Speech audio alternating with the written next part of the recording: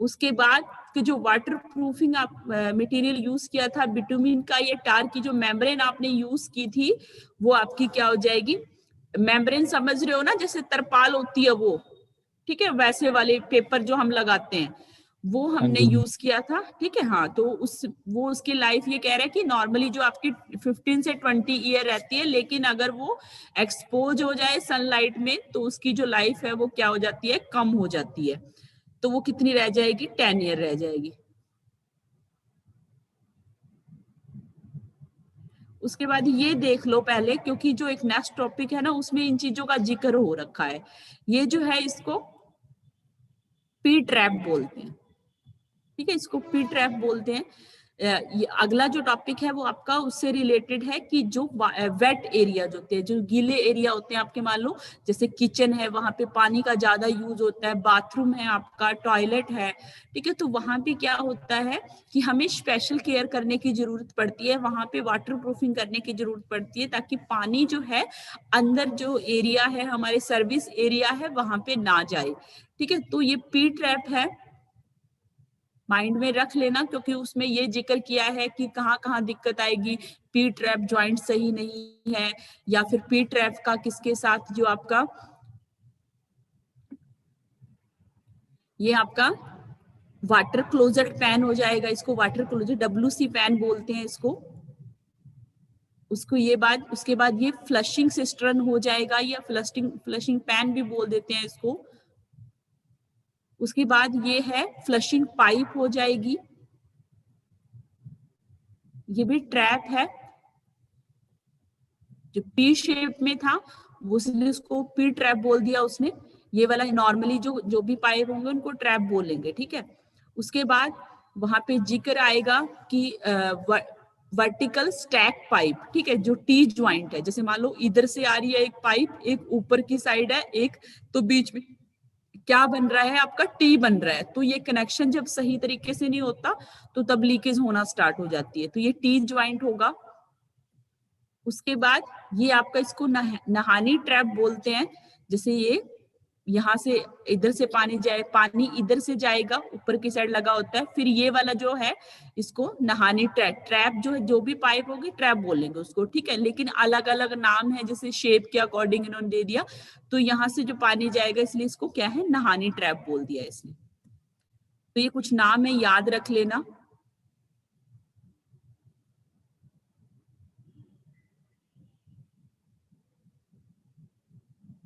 Topic है हमारा ये कि वाटर प्रूफिंग इन वेट एरिया, कि जो वेट एरिया होते हैं, गीले एरिया होते हैं, गीले एरिया में कौन सा आएगा, the wet area in building comprise the area where the water is use for equipment, ठीक है, जो भी रहने, एक्विपमेंट का मैंने पहले भी बताया था, जो निवासी होता है, रहने वाला जो उसको यूज कर रहा है, ठीक है, उस एरिया में, या तो किचन में, बाथरूम में, या आपके टॉयलेट जो है वाटर क्लोजेट में, ठीक है, वो वाले एरिया किस में आ जाते हैं, आपके वेट एरिया में आ जाते हैं।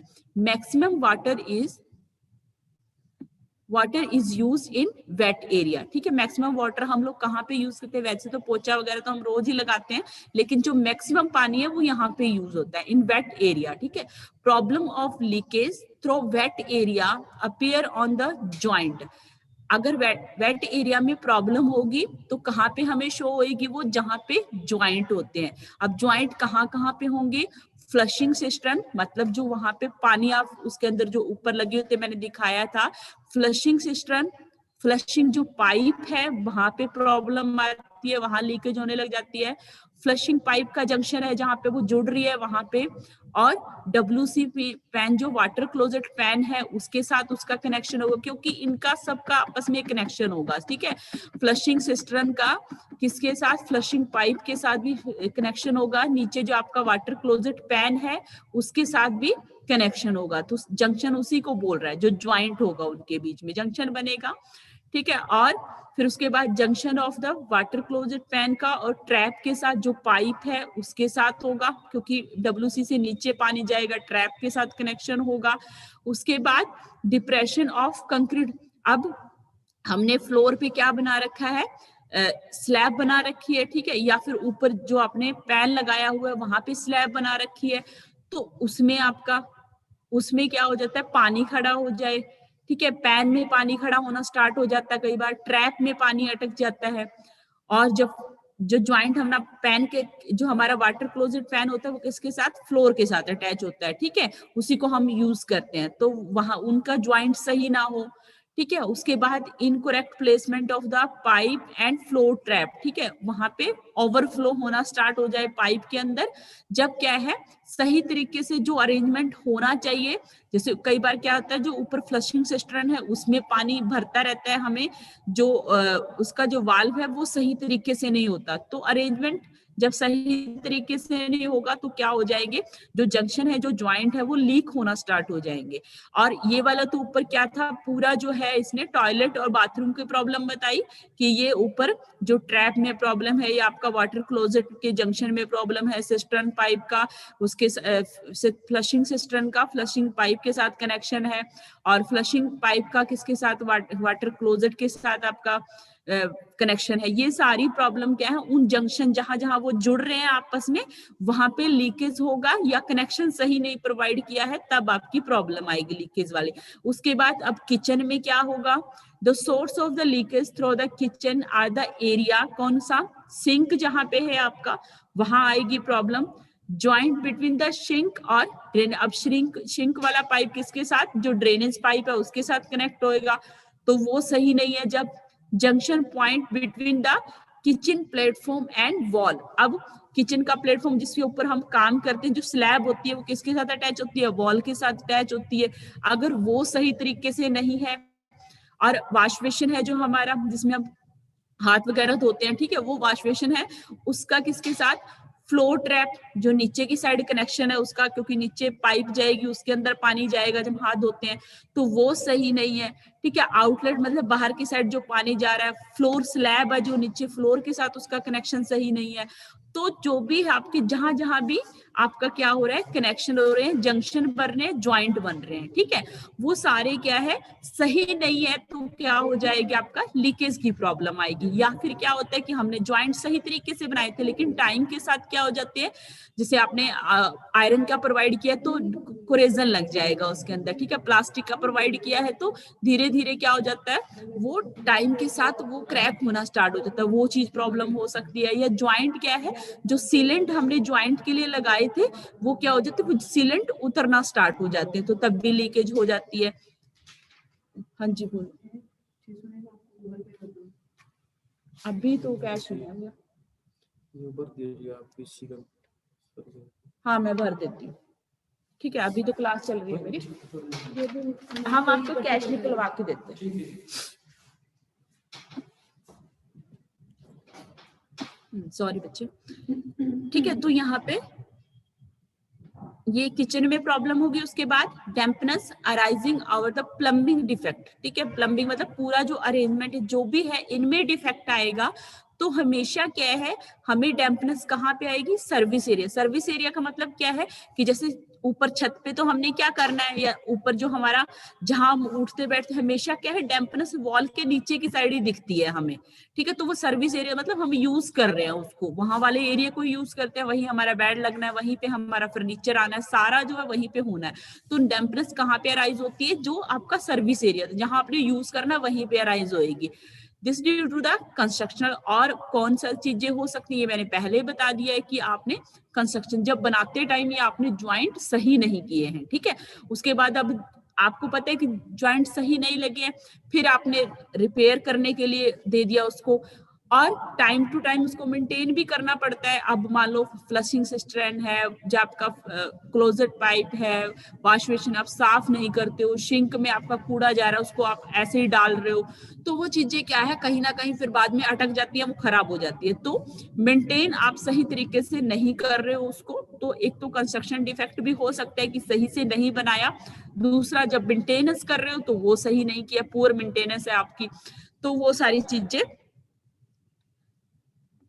ये सारी चीजें क्या है, उसको डिफेक्ट करेंगे, लीकेज की प्रॉब्लम। उसके बाद leakage from the drainage and water supply pipe, कहाँ होगा, ड्रेनेज और वाटर सप्लाई पाइप में होगा। और fitting should be immediately attended to prevent the dampness, इसलिए हमें क्या करना पड़ता है, फिटिंग को, जो फिटिंग है जहाँ पे ड्रेनेज पाइप हो चाहे आप वाटर सप्लाई पाइप हो, जहाँ लीकेज हो रही हो उसको इमीडिएटली हमने प्रिवेंट करना है, अटेंड करना है, नहीं तो क्या होगा, डैम्पनेस जो है वॉल में आ जाएगी।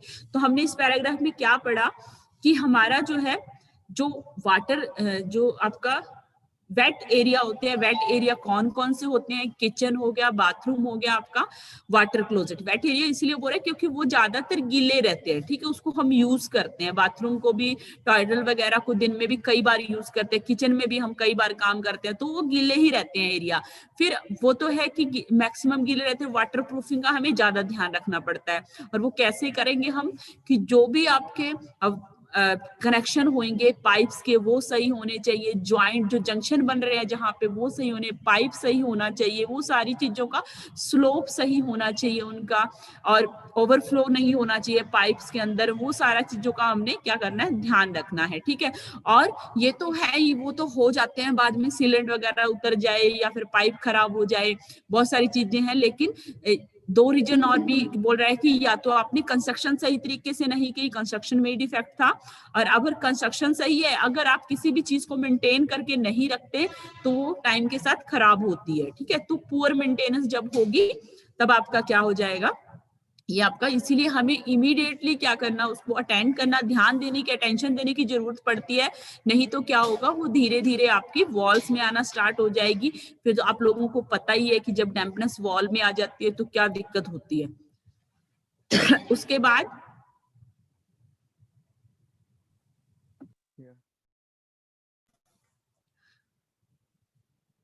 अब आपका क्या है कि पॉसिबल लीकेज कहाँ पे उसे, ये हमने ऊपर पढ़ लिया है लेकिन इसी को ही दोबारा ये बता रहा है, ठीक है, कि कहाँ पे जो कास्ट आयरन पाइप लगाई है, यू पी ट्रैप, जो मैंने नीचे शेप दिखाई थी, जो आपकी पी शेप में जो आपकी ट्रैप थी, मतलब ट्रैप का मतलब भी पाइप ही है जो हमने उसके लिए यूज की है, ठीक है। तो या तो क्या है आपकी कास्ट आयरन की या पॉलीविनाइल क्लोराइड की जो पाइप लगा रखी है आपने, और पी ट्रैप, उनके बीच का जो ज्वाइंट है वो लीक होगा, तो तब आपकी लीकेज आएगी, ठीक है। उसके बाद जो मैंने बताया था कि टी जंक्शन बनता है, एक ऊपर से पाइप आ रही है, एक नीचे जा रही है, एक साइड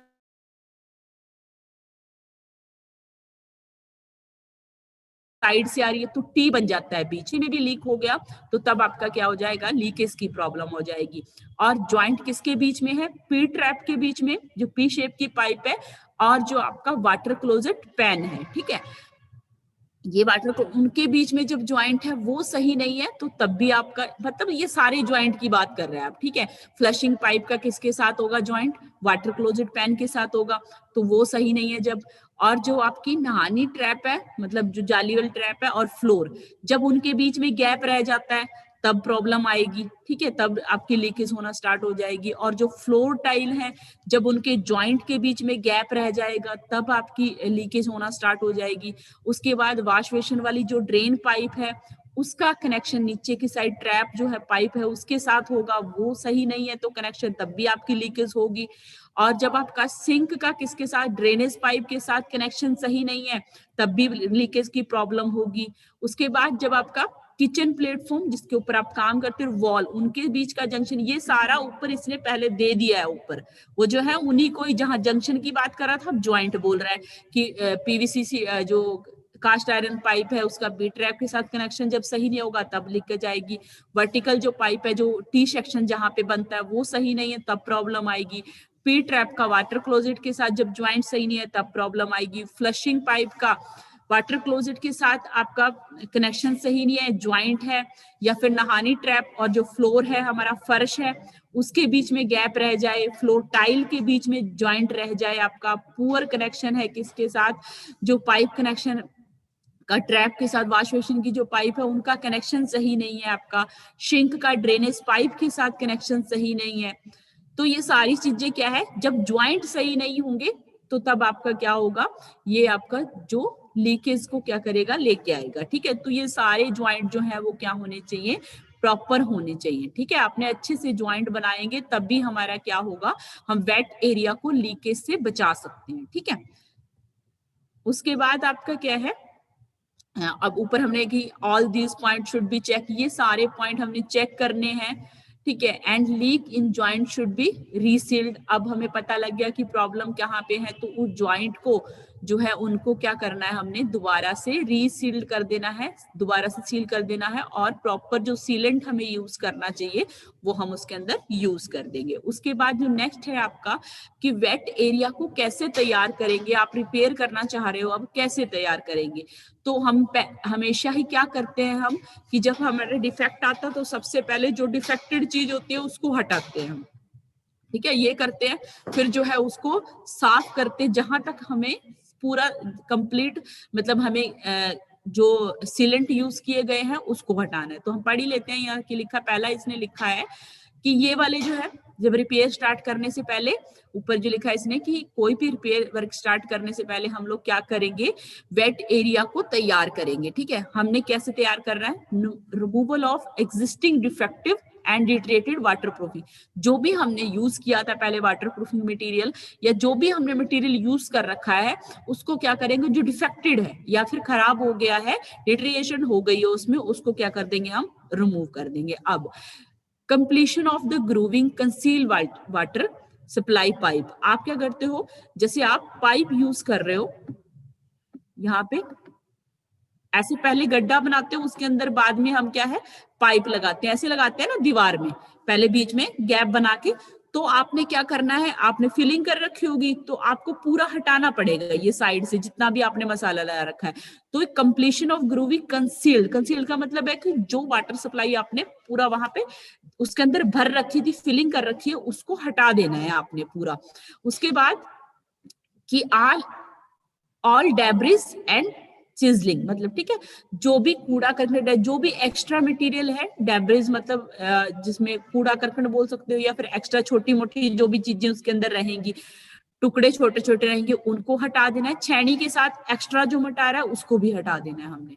ठीक है, और जो हमारी स्लैब है वो पूरी एक्सपोज हो जानी चाहिए, हमें दिखना चाहिए क्लियर कि कहाँ पे डिफेक्ट है, उसको इजिली हम रिपेयर कर पाए। उसके बाद कंप्लीशन ऑफ मेकिंग हॉल, जो भी हमने पूरा जो है हॉल जो हमने बनाना था वो बना लिया। अब जो है हमने जो भी अब नया जो पाइप लगाया है, ट्रैप लगाया है, उसको जो ड्रेनेज लाइन है उसके साथ क्या कर देंगे, हम लोग कनेक्ट कर देंगे। ठीक है, सिंपल है ये तो, कि हमने एक्स्ट्रा मटेरियल है उसको निकाल दिया, जो यहाँ पे अगर हमने कोई जो कंसील मतलब, कंसील का मतलब जो सीलेंट हमने उसको यूज किया वाटर सप्लाई को अटैच करने के लिए उसके साथ, तो उसको भी हमने पूरा हटा दिया। हर मतलब जो भी डिफरेंट टाइप का आपका डेब्रीज है उसके अंदर, उसको पूरा चिजलिंग का मतलब है कि छेनी के साथ आप जो उसके अंदर डाल के अच्छे से निकालते हो, तो मोटार भी आपने एक्सपोज कर देना है। फिर हॉल जो बनाया है उसको कनेक्ट कर देना है, जिस पाइप के साथ कनेक्शन हमने सही तरीके से प्रोवाइड करना है। उसके बाद जो नेक्स्ट है, अब वाटर प्रूफिंग सिस्टम, हम वाटर प्रूफिंग हम कर रहे हैं उसके अंदर, तो तब हम क्या करेंगे, कौन कौन सी चीजें यूज करेंगे। सरफेस तैयार कर लिया हमने, अब हमारा काम क्या है कि हमने वाटर प्रूफिंग प्रोवाइड करनी है। ठीक है, अब हम उसमें क्या करेंगे, सबसे पहले पहला स्टेप क्या है, apply base coat of cement slurry mix with the bonding agent. हमने क्या करना है, सीमेंट का एक घोल हमने क्या करना है, मिक्स करना है, उससे बेस बनाना है। सबसे पहले बेस बना देना है विद बॉन्डिंग एजेंट, मतलब जिसके साथ बॉन्ड बन सके, उसके अंदर कुछ और एडमिक्सचर यूज करेंगे। उसके बाद इंस्टॉल वाटर प्रूफिंग, जो भी हमने वाटर प्रूफिंग से चाहे हम बिटुमिन यूज कर रहे हैं या आपका टार यूज कर रहे हैं, वो डैम्पनेस की जो एप्लीकेशन है वो इंस्टॉल कर देंगे उसके अंदर। उसके बाद protective rendering of the cement motor, इस रेशो में हम मिक्स करेंगे, क्योंकि हम जो बिटुमिन लगाएंगे या फिर वो टार पेपर जो लगाएंगे, जो भी हम लगा रहे हैं उसको अटैच करने के लिए हमें क्या चाहिए, मोटार का एक मिक्स चाहिए। वो कितना होगा, 1:4 का लेंगे हम, उसको मिक्स कर लेंगे उसके साथ वाटर प्रूफिंग कंपाउंड के साथ। उसके बाद provide the water proofing pipe to ensure the elimination of trouble the hidden wet area. हमने ये इंश्योर करना है कि कोई भी जो ट्रबल है जो वेट एरिया में, वो बाद में पूरी तरह एलिमिनेट कर देना, उसको बाद में कोई प्रॉब्लम उसमें क्रिएट ना हो। तो यहां तक हम मुझे बताओ, जो मैंने 2 टॉपिक कराए, किसी को कोई दिक्कत, समझ आया सबको? हाँ ना, कुछ तो बोलो। मैम लास्ट वाला तब करेंगे ना जब होल करके उसमें पाइप फिटिंग कर देंगे। हाँ, पाइप की फिटिंग कर देनी है हमने पहले, ठीक है। फिर उसके बाद क्या है, हमने ये इंश्योर करना है कि बाद में कोई प्रॉब्लम ना आ जाए उस गीले एरिया में, ठीक है। उस हाँ सारी जी। प्रॉब्लम को हमने सॉल्व करना है, ठीक है। तो ये पढ़ लेना। तो लास्ट में एक टॉपिक बचा है हमारा, नेक्स्ट जो क्लास होगी उसमें मैं कवर करूंगी, क्योंकि अभी मैं स्टार्ट करूंगी ना, ये थोड़ा ऐसे है, मॉडिफाइड बिटुमिन, ये थोड़े लिक्विड मेम्ब्रेन ऐसे वाला, ये थोड़ा समझाने में ना टाइम लगता है, तो आज पूरा तो होगा नहीं, फिर ये बीच में रह जाएगा। तो एक लास्ट टॉपिक बचा है कि हम वाटर प्रूफिंग के लिए कौन कौन सा सिस्टम यूज करते हैं, कौन सी टेक्निक यूज करते हैं, वो हम नेक्स्ट क्लास में करेंगे, ठीक है। आज के लिए इतना ही था, ठीक है बच्चे, थैंक यू।